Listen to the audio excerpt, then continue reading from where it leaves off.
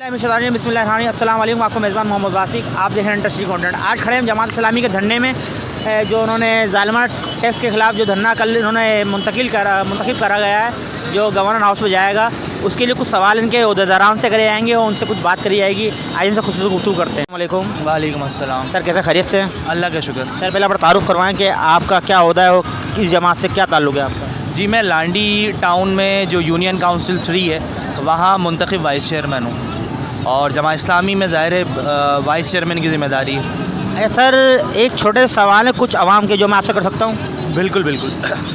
आवाम का सवाल ये है कि इससे पहले भी आपने बेइंतहा दर्जे दिए, बेइंतहा आपने एहतजाज किया, लेकिन कोई रिजल्ट नहीं आया। दिन ब दिन टैक्स बढ़े जा रहे हैं, ज़ालिमाना दिन ब दिन पेट्रोल बढ़े जा रहा है, यानी आपके एहतजाज करने को फ़र्क नहीं पड़ता, तो उसमें क्या कहना चाहेंगे आप? बिस्मिल्लाहिर्रहमानिर्रहीम। असल में देखें, ये जो एक सोच आवाम में पाई जाती है, जिसे हम कहीं ना कहीं नाउमीदी और मायूसी कह सकते हैं, यही वो सोच है जिसने आज इस शहर कराची को इस नैज पे लाके खड़ा किया है कि हमारे घरों से निकलने से, हमारे जुल्म के ख़िलाफ़ आवाज़ को बुलंद करने से, और जो शहर कराची के लोगों पर जुल्म ढा रहे हैं उनके ख़िलाफ़ घरों से निकलने से या एहतजाज करने से क्या फ़र्क पड़ेगा।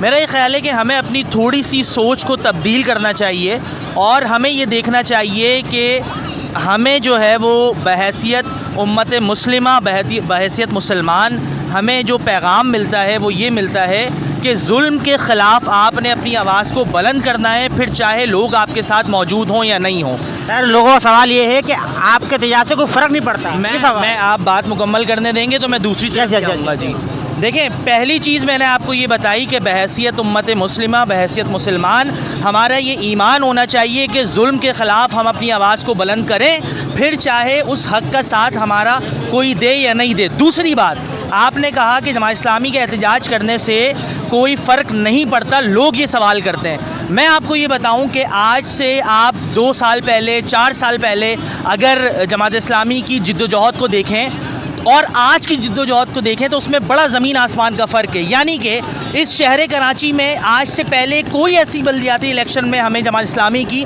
बहुत अच्छी पोजीशन नज़र नहीं आती थी। लोग ये भी सवाल करते थे कि आप इलेक्शन में खड़े तो होते हैं लेकिन आप जीत नहीं सकते, लेकिन अल्हम्दुलिल्लाह जमात इस्लामी ने बहुत ज़बरदस्त तरीके से शहर कराची में कामयाबी हासिल की।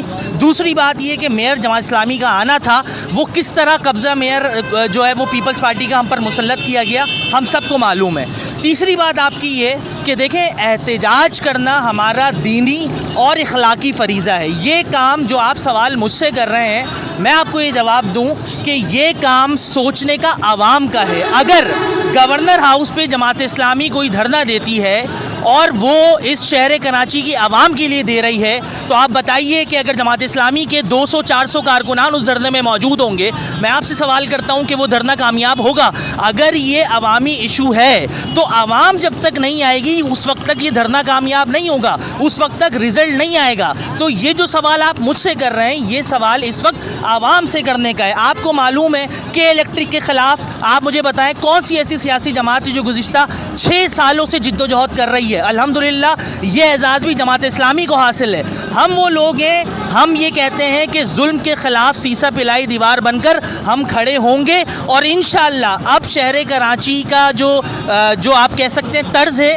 वो तब्दील हो रहा है, लोग हमारे साथ आ रहे हैं। अभी आपने देखा रिसेंट हमने एक स्ट्राइक की, पुरअमन हड़ताल पाकिस्तान भर में हुई।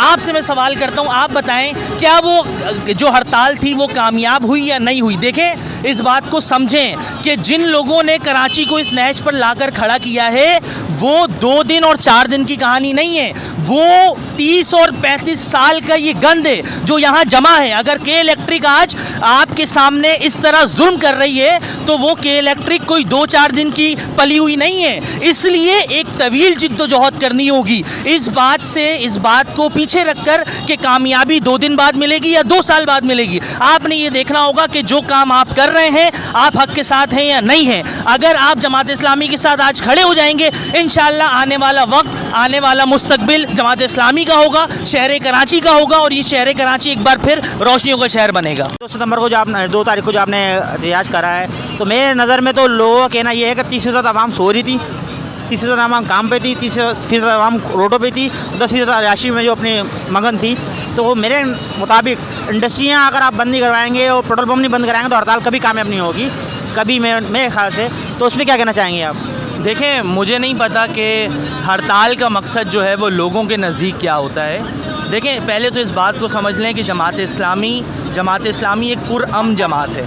हम इस जुल्म के ख़िलाफ़ खड़ा होना चाहते हैं, लेकिन हम पुरअमन तरीके से जिद्दोजहद चाहते हैं, क्योंकि हम जमहूरियत पसंद जमात हैं। आपने इस शहर कराची में इससे पहले भी कई हड़तालें देखी हैं, शहर कराची ने बहुत सारी हड़तालें देखी हैं, लेकिन हम उस तर्ज पर चल के हड़ताल नहीं करवाना चाहते थे। दूसरी बात ये, मुझे नहीं पता लोग क्या कह रहे हैं या आप क्या समझते हैं, लेकिन हमने भी मीडिया देखा, हमने भी सोशल मीडिया देखा, हम भी इन्हीं गली मोहल्लों में रहते हैं। हाँ, ये बात आपकी बिल्कुल ठीक है कि इंडस्ट्रीज़ जो बंद होनी चाहिए थी, हमने, और ज़ाहिर है हमारे बालाई नज़म ने अगर कोई फ़ैसला किया है तो वो बहुत सोच समझ कर किया होगा। लेकिन ये जो आम आवाम है, जो मुतवस्सित तबके के लोग हैं, जो दुकानदार हैं, जो बाज़ारों में बैठे हुए हैं, हमने उन तक मैसेज पहुंचाना था और हमें ये देखना था कि लोग हमारे साथ मौजूद हैं या नहीं है। और अल्हम्दुलिल्लाह मेरे नज़दीक, जमात इस्लामी के ज़िम्मेदारान के नज़दीक ये हड़ताल बहुत कामयाब हड़ताल थी। अच्छा सर, एक सवाल और उसके बाद भाई से जाएंगे सवाल करने कि पाकिस्तान के अंदर जमात इस्लामी का रूज देखा गया, जमात इस्लामी ने हुक्मरानी करी। क्या वजह थी कि इनका वोट बैंक तो अभी माशाल्लाह एक्टिव है इनका, क्या वजह थी कि उनको एकदम नीचे ला के पटक दिया गया, क्या वजह थी? देखिए, मैं वजह आपके सामने क्या पेश करूं। आप भी माशाल्लाह समझदार हैं, इसलिए यहाँ माइक लेके मौजूद हैं। आपको भी मालूम है कि यहाँ इलेक्शन की जो वो जिसे कहते हैं कि शरह है, मतलब किसी को इलेक्ट करके लाना है, और जमहूरियत यहाँ पर किस कदर है इस पाकिस्तान में, ये आप भी जानते हैं, ये हम भी जानते हैं। और इलेक्शन के निस्बत सिलेक्शन किस कदर है, उसकी शरह क्या है, ये भी आपको मालूम है। जमात इस्लामी के अमीर कल भी ये बात कहते थे और आज भी ये बात कहते हैं, और आपने उसका अमली नमूना शहर कराची में देखा कि जिस दिन पाकिस्तान में फेयर इलेक्शन होंगे उस दिन आप ये बात कीजिएगा कि जमात इस्लामी नतीजतन कहाँ खड़ी हुई है। हमने जिद्दोजहद करके पूरी कोशिश की कि कराची में फेयर से फेयर इलेक्शन कराएं, उसका नतीजा आपके सामने है। आपको लगता है मुमकिन है कि फेयर इलेक्शन होंगे? देखें, ये 75 साल में तो नहीं हुए, आप होंगे?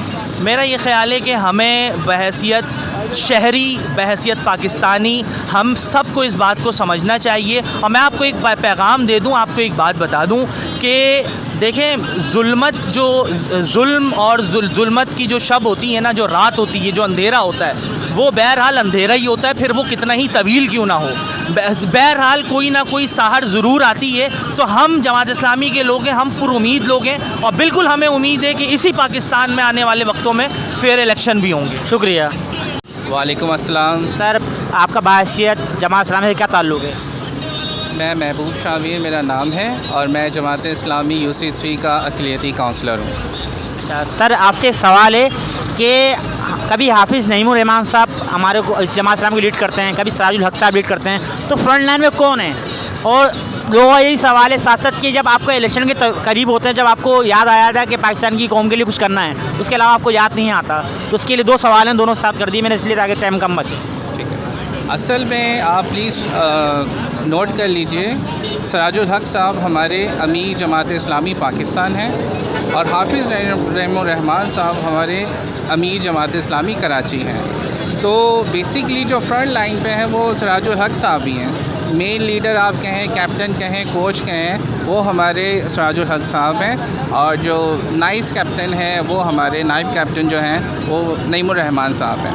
वालेकुम अस्सलाम। सर, आपका नाम, जमात इस्लामी किस हैसियत से आप इधर है, क्या हैसियत है आपकी जमात इस्लामी?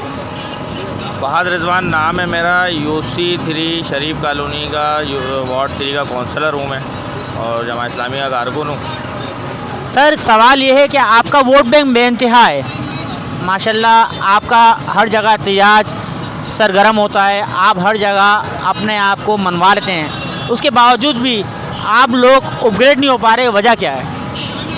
देखिए, हम उभरे हुए भी हैं, अपग्रेड भी हैं, और हमें लोग पसंद भी करते हैं, और ऐसा नहीं है कि लोग हमें पसंद नहीं करते। अगर पसंद नहीं कर रहे होते, ये बल्दियाती इंतखाबात आपके सामने नहीं होते, इस तरीके से हम उभर कर सामने नहीं आते कराची के अंदर। और ये तो आप सबको पता है कि कराची के अंदर आज से पहले इलेक्शनों के अंदर क्या होता रहा है। चलें ठीक है, अच्छा बताएं, ये बताएं कि आप आके पहले आप एक मतलब सिलेक्ट हो चुके हैं, जमात इस्लामी हुकूमत कर चुकी है, अब जमात इस्लामी आगे क्या करना चाहेगी, कौन सा फेर काम करना चाहेगी जो पाकिस्तानी आवाम को रिलीफ मिले? देखिए, बल्दियाती हवाले से जो भी काम है हमने इसकी पूरी प्लानिंग कर ली है और किस तरीके से हमने इसको फील्ड में उतरना है, और अल्हम्दुलिल्लाह हम तो उतरे हुए हैं फील्ड के अंदर। और अभी भी हमने जो ये सारा मामला चल रहे हैं कि अभी बल्दियाती इख्तियारात हमें नहीं मिले, उसके बावजूद भी हमने आवाम को रिलीफ देना शुरू कर दिया है। जिस तरीके से भी दे रहे हैं, हम अपनी मदद आपके तहत दे रहे हैं या अपनी एफ़र्ट की वजह से दे रहे हैं, लेकिन देना शुरू कर दिया है। और जब हमें इख्तियारात मिल जाएंगे तो फिर हम आवाम को वो करके दिखाएंगे जो इनके बड़ों ने कभी नहीं किया हो। अच्छा, ये तो सब बातें सब पार्टी कहती हैं, जैसे आपके सरबराहों ने, हाफिज़ नईमुर रहमान साहब, साहिब साहब ने क्या प्लानिंग कर रखी होगी आपके लिहाज से कि आप जमात एक इस टीम का हिस्सा हैं, कुछ आइडिया, कुछ बातें? देखिए, अब उनकी प्लानिंग तो ग्रास रूट लेवल तक जब ही आएगी जब वो आगे अपना सारा प्लान हमें शो करेंगे। लेकिन जो हमारे पास अभी तक इंफ्रास्ट्रक्चर प्लान आया हुआ है, सारा जो हमें सेटअप दिया गया है, वो यही दिया हुआ है कि अपनी तमाम एनर्जी लगाकर आप आवाम की फलाह बहबूद के लिए काम करेंगे, आवाम को रिलीफ देंगे, चाहे वो सेवरेज का मसला हो, पानी का मसला हो या दीगर XYZ जो भी बल्दिया के हवाले से मसाइल हैं, वो हम उनको पूरा करने की कोशिश करेंगे। अच्छा, बल्दियाती में इलेक्शन में आपने कामयाबी हासिल की, पावर आपके हाथ में था, लेकिन आप सियासत निकल गया मेयर होने के, लेकिन कहने का मकसद सिर्फ है अगर आप अभी इस वक्त जिससे एक्टिव हैं, आप अगर चाहें आपकी जितनी पावर है इस वक्त, तो ये टैंकर माफिया जो हमारे पानी के ऊपर जो एक समझ लो स्मगलिंग हो रही है, जो एक डाका डाला जा रहा है, इसके खिलाफ कुछ कहना चाहेंगे? देखें, ये तो बिल्कुल कहना चाहेंगे और इसके बारे में तो जो मैसर है, जिनको मैसर नहीं है, उनको जिनको मिलना चाहिए उनको नहीं मिल रहा है, और जिनको नहीं मिलना चाहिए उनको मिल रहा है, ये तो गलत बात है ना? बिल्कुल गलत बात है। और ये सारा सेटअप जो है, हमारे हाफिज़ साहब ने तो बहुत पहले प्रेस कॉन्फ्रेंस में कह दिया था कि अगर हमारा मेयर आएगा तो हम सबसे पहले जो है हाइड्रेंट्स, गैर कानूनी हाइड्रेंट्स जो हैं वो हम इनको बंद करेंगे, ताकि आवाम को जो पीने का पानी मुयस्सर हो। ये सारे अब एक माफिया बैठा हुआ है, कब्जा करके बैठे हुए हैं, ये सब एक पूरी मतलब चेन है जिसको जो लोगों के हुकूक जो है ना गज़ब करने पर तुली हुई है। और जब हमें इख्तियारात मिलेंगे तो हम जितनी मुमकिन होगी कोशिश होगी कि हम तमाम लोगों को जो है ना इख्तियारात। चलिए सर, आपके वादे हमें याद रहेंगे, इंशाल्लाह फिर आपसे मुलाकात होगी। शुक्रिया।